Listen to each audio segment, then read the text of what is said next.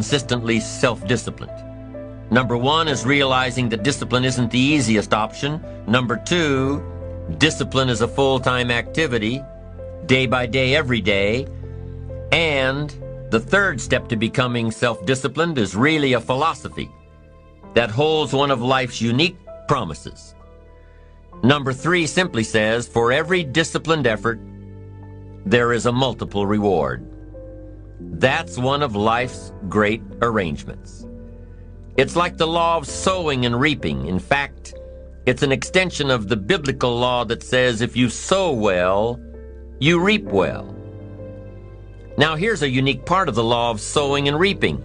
Not only does it suggest that we'll all reap what we've sown, it also suggests that we'll reap much more. Life is full of laws that both govern and explain behaviors. But this may well be the major law we need to understand. For every disciplined effort, a multiple reward.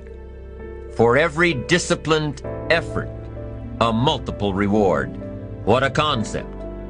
If you render unique service, your reward will be multiplied.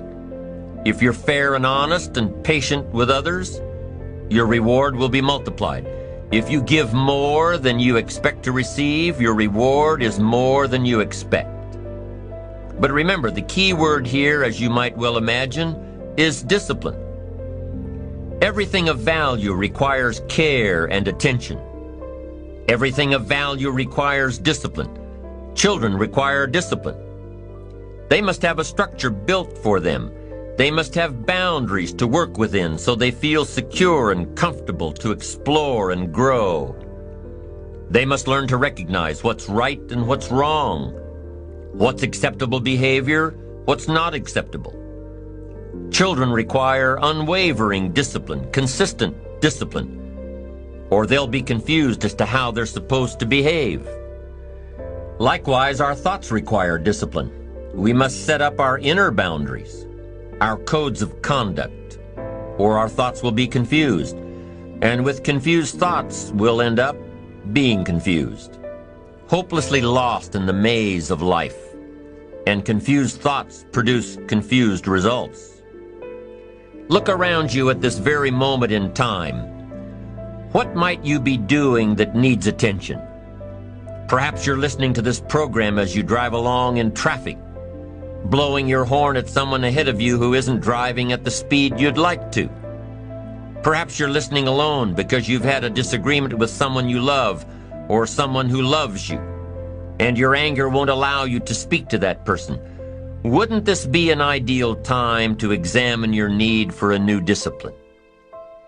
Perhaps you're on the brink of giving up or starting over or starting out.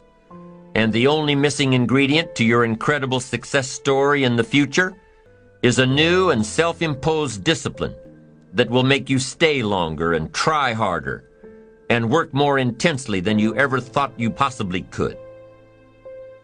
The most valuable form of discipline is the one that you impose on yourself.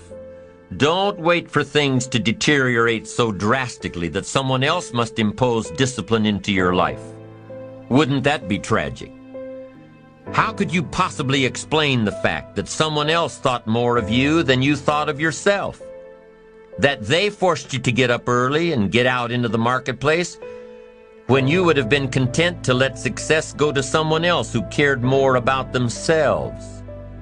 Your life, my life, the life of each one of us is going to serve as either a warning or an example. A warning of the consequences of neglect, self-pity, lack of direction and ambition, or an example of talent put to use, of discipline, self-imposed, and of objectives clearly perceived and intensely pursued.